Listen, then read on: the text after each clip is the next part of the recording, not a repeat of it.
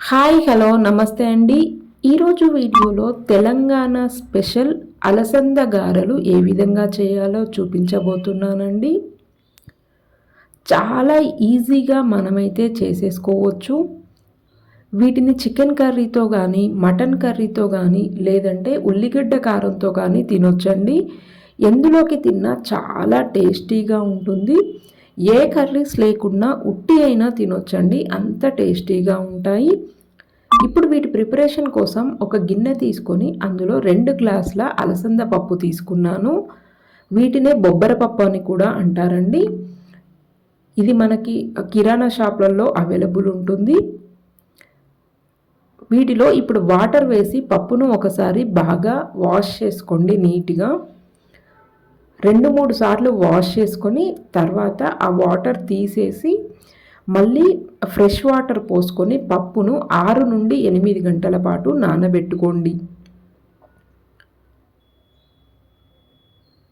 ఇక్కడ నేను నానబెట్టేశాను.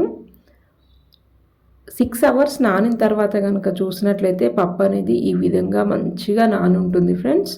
పప్పు అనేది ఎంత ఎక్కువసేపు నానితే గారెలు అనేది అంత టేస్టీగా ఉంటాయి. కనీసం 6 గంటలైనా నానేలాగా చూసుకోండి. 6 నుండి 8 గంటల పాటు నానబెట్టుకోవచ్చు.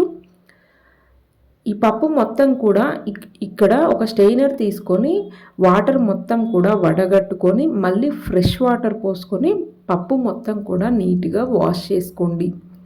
వాష్ చేసుకొని ఈ పప్పుని ఇలా ఒక 10 నిమిషాల పాటు వదిలేయండి. అంటే ఎక్కువ వాటర్ ఉండకూడదనమాట.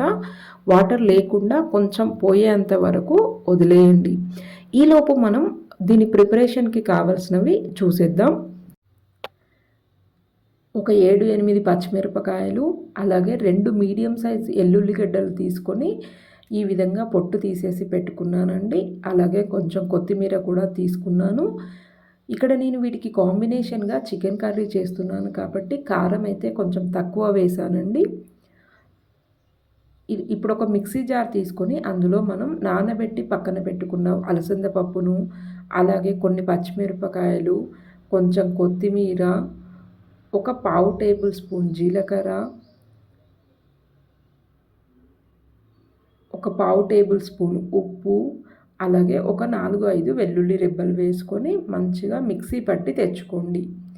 ఇలా పిండి మొత్తం కూడా మిక్సీ పట్టుకోండి. పచ్చిమిరపకాయలు, కొత్తిమీర, ఎల్లుల్లిపాయలు, అలాగే జీలకర్ర వేసుకొని పిండి మొత్తం కూడా ఈ విధంగా మిక్సీ పట్టుకున్న తర్వాత ఫైనల్గా ఇందులో కొంచెం కరివేపాకు వేసుకొని పిండి మొత్తం కూడా మరొకసారి బాగా కలుపుకోండి. ఇప్పుడు మీరు ఉప్పు అయితే చెక్ చేసుకోండి. ఉప్పు తక్కువగా ఉంటే కొంచెం వేసేసుకోవచ్చు. అలాగే ఉప్పు ఎక్కువ అయితే కొంచెం బియ్యపిండి వేసుకోండి, సరిపోతుంది. ఆ తర్వాత డీప్ ఫ్రైకి తగినంత ఆయిల్ పెట్టుకొని ఆయిల్ బాగా వేడెక్కిన తర్వాత పిండి కొంచెం కొంచెంగా తీసుకుంటూ ఆయిల్లో వేసుకొని మంచిగా ఫ్రై చేసుకోవాలండి. మరీ లావుగా వేయకండి. చిన్న చిన్నగా వేసినట్లయితే గారెలు అనేది చాలా టేస్టీగా ఉంటాయి. లోపల కూడా మంచిగా ఫ్రై అవుతుందన్నమాట. ఈ విధంగా వేసుకొని మధ్య మధ్యలో కలుపుకుంటూ 2 సైడ్స్ కూడా మంచిగా రెడ్ కలర్ వచ్చేంత వరకు ఫ్రై చేసుకోండి. మంట మొత్తం కూడా మీడియం ఫ్లేమ్లో పెట్టి చేసుకోండి. హై ఫ్లేమ్లో పెట్టి చేసినట్లయితే త్వరగా రెడ్గా అవుతాయి, లోపల పిండి పిండిగా ఉంటుంది. కాబట్టి మీడియం ఫ్లేమ్లో పెట్టుకొని వీటన్నింటిని ఈ విధంగా చక్కగా ఫ్రై చేసుకొని వేరే ప్లేట్లోకి తీసేసుకోవడమే అండి. అంతే, చాలా అంటే చాలా ఈజీ. ఇవి చికెన్ కర్రీతో తింటే సూపర్ టేస్టీగా ఉంటాయి.